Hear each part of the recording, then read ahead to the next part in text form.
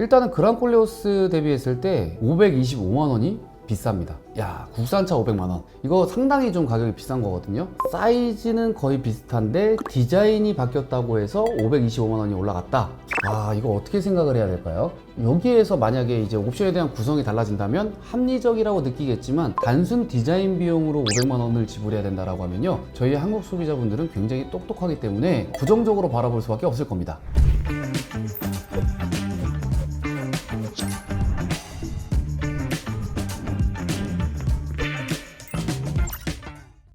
네, 안녕하세요. 서면호입니다. 네, 오로라2 프로젝트 신차가 공개가 됐습니다. 여러 매체에서도 지금 르노의 신차 발표 때문에 난리가 아니에요. 오늘 오후 4시에 이제 사전 계약이 들어갔죠. 명칭은요, 필랑트입니다. 필랑트. 르노의 오로라 프로젝트 1, 2, 3는요, 이제 각각 이제 2024년, 26년, 27년 신차가 출시가 되는데요. 첫 번째 오로라 프로젝트 그랑콜레오스가 이제 24년 출시 이후 큰 성공을 거뒀잖아요. 그래서 이 오로라2 프로젝트, 네, 필랑트가 굉장히 기대가 됩니다. 많은 관심을 끌고 있는 차량이기도 하고요. 드디어 오늘 자세한 옵션 구성과 수치가 공개가 되었습니다. 자, 그럼 우리가 뭘 해야죠? 어떻게 출시가 됐는지 자세하게 분석을 해볼 거고요. 필랑트랑 경쟁하는 이제 경쟁 차종에 대한 완벽한 분석을 저희가 좀 해봤습니다. 필랑트 과연 구매해도 괜찮은가를 한번 살펴보도록 하겠습니다. 냉정하게 좀 판단을 좀 해볼게요. 이번 필랑트는 2세그먼트 SUV로 그랑콜레오스가 투싼 산타페 중간 사이즈로 이제 위치하고 있잖아요. 필랑트도 마찬가지로 이제 팰리세이드와 산타페 사이에 끼인 2세그먼트로 이제 분리가 되고 있습니다. 자, 일단 재원을 한번 살펴보도록 하죠. 그랑콜레오스, 산타페, 필랑트, 팰리세이드 이렇게 지금 사이즈를 비교를 해봤습니다. 가장 큰 사이즈는 당연히 팰리세이드입니다. 산타페랑 팰리세이드 중간 사이즈를 보여주고 있고요. 전폭을 보게 되면요, 산타페랑 큰 차이가 나지 않습니다. 심지어 그랑콜레오스랑도 차이가 나지 않아요. 거의 비슷하거든요. 전폭 자체는 산타페랑 그랑콜레오스랑 사이즈가 비슷하다라고 봐주시면 될 것 같고, 전고 같은 경우 가장 낮아요. 실제로 차를 봤을 때는 조금 더 날렵한 느낌이 좀 보여질 것 같고, 휠베이스를 보게 되면요, 산타페랑 거의 흡사한 사이즈를 보여주고 있습니다. 그랑콜레오스보다는 조금 더 긴 휠베이스를 보여주고 있어요. 팰리세이드보다는 확실히 좀 작죠. 필랑트 같은 경우에는 또 트렁크 공간도 나쁘진 않습니다. 633리터. 팰리세이드 7인승 기준에 했을 때보다는 크고, 산타페 5인승 기준에 했을 때는 좀 작은 사이즈를 보여주고 있습니다. 이번 필랑트의 살짝 아쉬운 점이라고 하면요, 산타페보다 사이즈가 큰데 5인승으로만 출시가 되어 있기 때문에 3열 선택이 불가능하다는 점입니다. 이 부분이 조금 아쉽고요. 그리고 이제 분명 차량 사이즈는 커졌는데 휠베이스가 그랑콜레오스랑 큰 차이가 나지 않습니다. 그리고 트렁크가 늘어난 것도 아니고 차량 사이즈만 늘려놨다라는 점이 사실 좀 아쉽다라고 생각이 들어요. 플랫폼의 한계라고 보여집니다. 토렉스랑 액티언, GV80과 쿠페 이런 느낌? 파워트레인을 좀 보도록 할게요. 이번 필랑트는 이제 1.5 터보 하이브리드 파워트레인만 공개가 되었습니다. 그랑콜레오스랑 같은 파워트레인을 사용하지만요, 출력과 마력은 조금 더 좋습니다. 아무래도 이제 프로그램을 좀 튜닝해서 좀 높은 출력을 보여준 것 같아요. 파워트레인은 동일합니다. 최고 출력 같은 경우에는 조금 높죠. 150마력. 그리고 최대 토크는 25.5 토크를 보여주고 있습니다. 산타페에 비해서는 확실히 높죠. 공차 중량은 산타페랑 또 비슷합니다. 하지만 사이즈가 큰 만큼 콜레오스보다는 좀 무겁고요. 연비를 보게 되면요, 콜레오스보다는 조금 떨어지기는 하죠. 그 이유는 당연히 무게 의 차이겠죠. 산타페보다 출력과 마력이 부족하다라고 생각할 수도 있겠지만요, 모터 출력과 토크가 높기 때문에 EV 모드를 적극 사용하여 도심 주행에서는 그랑콜레오스와 동일하게 전기차만큼 조용하고 부드러운 승차감을 보여줄 것이다 라고 기대하고 있어요. 자, 그럼 이제 결론입니다. 경쟁 차종 대비했을 때 살만한가? 가격이 중요한 거 아니겠습니까? 그죠? 가격 어떻게 나왔을까요? 총 4가지 트림으로 출시가 됐거든요. 낯이 익죠? 테크노, 아이코닉, 그리고 에스프리 알핀 이렇게 출시가 됐는데, 마지막 트림이 하나 좀 특이해요. 1955 1955년을 뜻한 에디션 모델이라고 보여집니다. 여러분들은 이 가격을 보고 어떤 생각이 드시나요? 아직 상세 옵션 구성을 살펴보진 않았지만요, 그랑콜레오스와는 이제 크게 다르지 않을 것 같고, 파워트레인이 살짝 좋아지고 사이즈도 살짝 커졌지만 실내 사이즈는 차이가 없기 때문에 외관의 디자인이 크게 달라지는 효과, 이 효과만 보고 비용 지불을 해야 된다 라고 생각이 들거든요. 자, 그러면 콜레오스랑 산타페랑 필랑트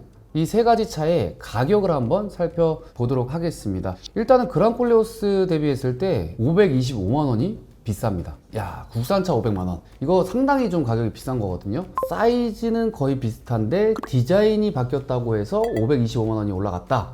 아, 이거 어떻게 생각을 해야 될까요? 여기에서 만약에 이제 옵션에 대한 구성이 달라진다면 합리적이라고 느끼겠지만 단순 디자인 비용으로 500만 원을 지불해야 된다라고 하면요, 저희 한국 소비자분들은 굉장히 똑똑하기 때문에 부정적으로 바라볼 수밖에 없을 겁니다. 개인적인 생각이고요. 산타페랑 비교하더라도 일단 가격은 더 높습니다. 자, 일단 가격은 나왔습니다. 그럼 이 트림별로의 주요 옵션들을 한번 보도록 할게요. 테크노 같은 경우에는 그랑콜레오스에서 가장 가성비가 높기로 유명한 트림이잖아요. 주요 옵션들만 좀 살펴볼게요. 테크노 4,500만 원짜리에 어댑티브 드라이브 어시스트가 들어가고요, 후방 교차 충돌 방지 보조, 그리고 헤드램프는 풀 LED가 들어가 있어요. 이건 좋죠. 그리고 웰컴 굿바이 라이팅 애니메이션이 들어가게 되고요, 360도 서라운드 뷰가 들어가게 됩니다. 그리고 전동 트렁크 기본이고요, 스마트키 기본, 그리고 운전석 전동 시트, UA 메모리 기능까지 들어가게 되고요, 그리고 파노라마 스크린이 들어가게 됩니다. 동수석 파워 시트, 그리고 앞좌석 통풍, 뒷좌석 열선 시트까지 다 들어가게 돼요. 자, 확실히 그랑콜레오스와 비슷하게 깡통 엔트리 트림부터 옵션이 상당히 좋습니다. 현재 추가 가능한 옵션은요, 12.3인치 동승석 디스플레이, 이 옵션 가격이 163만 원입니다. 옵션은 이 옵션밖에 없어요. 그냥 테크노만 사더라도 기본 옵션 자체가 워낙에 훌륭하기 때문에 테크노가 가성비 트림이다 라고 볼 수는 있겠죠. 자, 그럼 이제 아이코닉으로 업그레이드 해볼게요. 아이코닉으로 가게 되면 370만 원이 올라가게 됩니다. 4,870만 원이고요. 그리고 동승석 디스플레이가 기본이에요. 파노라믹 글래스 루프가 들어가게 되고요, 20인치 휠, 투톤 배가 알로이 휠이 들어가게 됩니다. 그리고 이중 접합 참 글래스가 들어가게 되고요, 헤드레스트 일체형 라운지 시트가 들어가게 되고요. 나파 가죽인데 또 인조 가죽이에요. 그리고 컬러 가변형 앰비언트 라이트. 야, 여기 앰비언트 라이트가 이제 아이코닉부터 들어가다 보니까 이 정도 옵션이면 아이코닉 들어가야 되는 거 아니에요? 프로토 파킹 보조가 들어가게 되고, 운전석 파워 시트가 이제 8A로 업그레이드 되게 됩니다. 전동식 요추 받침 장치까지 들어가게 되고, 스마트폰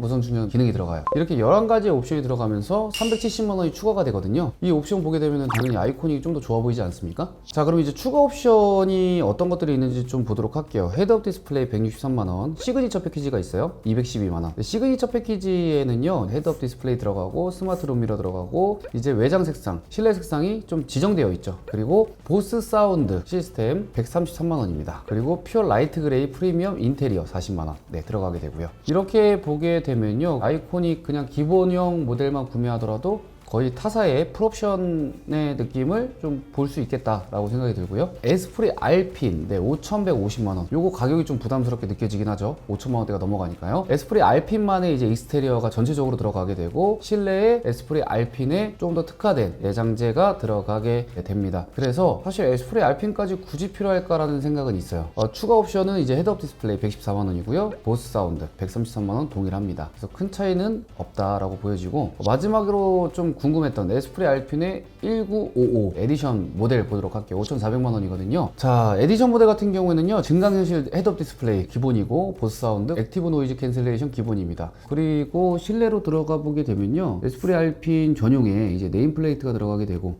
이제 운전석 뒷좌석에 코트 행거가 들어가게 되고요, 태블릿 홀더가 들어가게 됩니다. 그리고 프론트 그릴 데코가 들어가게 되네요. 에스프리 알핀에 추가 옵션을 전부 더하게 되면 5,397만 원이거든요. 약 3만 원을 더 지불하고 전용 액세서리를 얻을 수 있는 효과가 있는 거죠. 그래서 나는 그냥 풀옵션을 사고 싶다, 나는 무조건 옵션이 다 들어가야 돼 라고 한다면요, 1955 에디션 모델을 구매하시는 걸 적극적으로 추천을 드리고 싶어요. 근데 이 모델 같은 경우는 한정판이에요. 1955대 한정판이고요. 3월부터 출고가 예정되어 있습니다. 그래서 한정판이라는 특별함도 누릴 수가 있는 에디션 모델이라고 봐주시면 될 것 같습니다. 확실히 다른 국산 차량에 비해서 트림별 가격 차이가 심하지 않기 때문에 추가 옵션을 어떤 걸 선택하느냐에 따라서 가성비 좋게 운영이 가능할 것이라고 예상이 됩니다. 근데 아직까지도 생각이 어떠냐면요, 그냥 아이코닉 사시는 게 맞는 것 같아요. 에스프리 알핀은 좀 사치스럽다 라고 생각이 들거든요. 자, 그러면은 이제 필란트는 어떤 컬러가 좀 나왔는지 보도록 할게요. 일단 5가지 컬러가 나와 있거든요. 화이트, 그리고 블랙, 그리고 클라우드 펄이 들어갑니다. 그리고 어반 그레이, 메탈릭 블랙, 이렇게 5가지로 깔끔하게 구성이 되어 있고요. 트림별로의 색상이 좀 제한되어 있어요. 테크노 같은 경우에는 3가지 색상이 선택이 가능합니다. 실내는요, 다크블루 단일 색상으로 이루어져 있고요. 아이코닉 같은 경우에는요, 이제 시그니처 패키지에 포함되어 있는 세틴 유니버스 화이트, 그리고 포레스트 블랙, 총 5가지 컬러가 다 선택이 가능한 거죠. 실내는 모던 브라운, 그리고 퓨어 라이트 2가지 구성으로 이루어져 있어요. 클라우드 펄 같은 경우에는 약간 이제 고급감 좀 느낄 수 있게 되어 있고요. 유니버스 같은 경우에는 좀 환한 느낌 그런 화이트를 보여주고 있습니다. 세틴 포레스트 이제 블랙은요 약간 다크한 그린이 살짝 섞여 있는 듯한 느낌이 들기 때문에 좀 오묘해요. 그러니까 실제로 좀 봐야 될 것 같긴 합니다. 에스프리 알핀 트림과 이제 19 에디션 모델은요 5가지 색상이 전체적으로 선택이 다 가능하고요. 유일하게 실내가 블랙이 선택이 가능합니다. 보통 이제 실내 블랙이 기본이잖아요. 근데 풀옵션에만 블랙을 선택할 수 있다라는 특별함을 좀 주었거든요. 그러니까 블랙이 뭔가 특별한 블랙일 수도 있고 궁금하기는 합니다.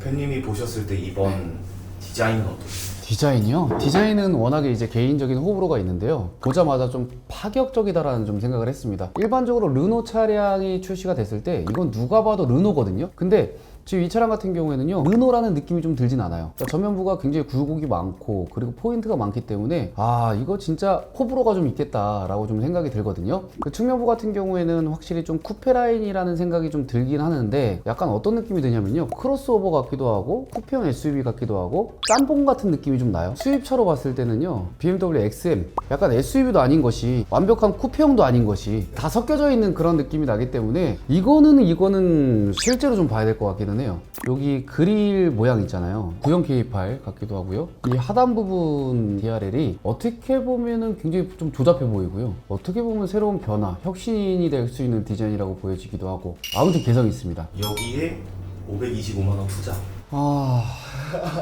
저는 콜리오스가 갑자기 가성비가 좋아 보이고요. 그냥 이 콜리오스랑 똑같은데 외관 디자인만 바뀌었다라고 해서 500만 원을 더 지불하기에는요 사실 좀 부담스럽기는 하죠. 근데 이거는 어디까지나 제 개인적인 생각이죠. 이런 파격적인 디자인을 선호하시는 분들 그리고 특별함을 선호하시는 분들은 당연히 있을 거라고 보고요. 실제로 운행을 해봤을 때 콜리오스보다 혹은 경쟁차종보다 더 좋은 기능들이나 주행 능력을 보여줄 수도 있으니까요. 콜리오스가 이 시장에서 근데 인정을 받았잖아요. 주행 능력 최고잖아요. 효율도 최고잖아요. 가성비도 좋잖아요. 이렇게 필랑트도 르노의 신차 출시가 성공적으로 좀 이루어지면서 다시 한번 부각받을 수 있는 하나의 모델이 되기를 기대합니다.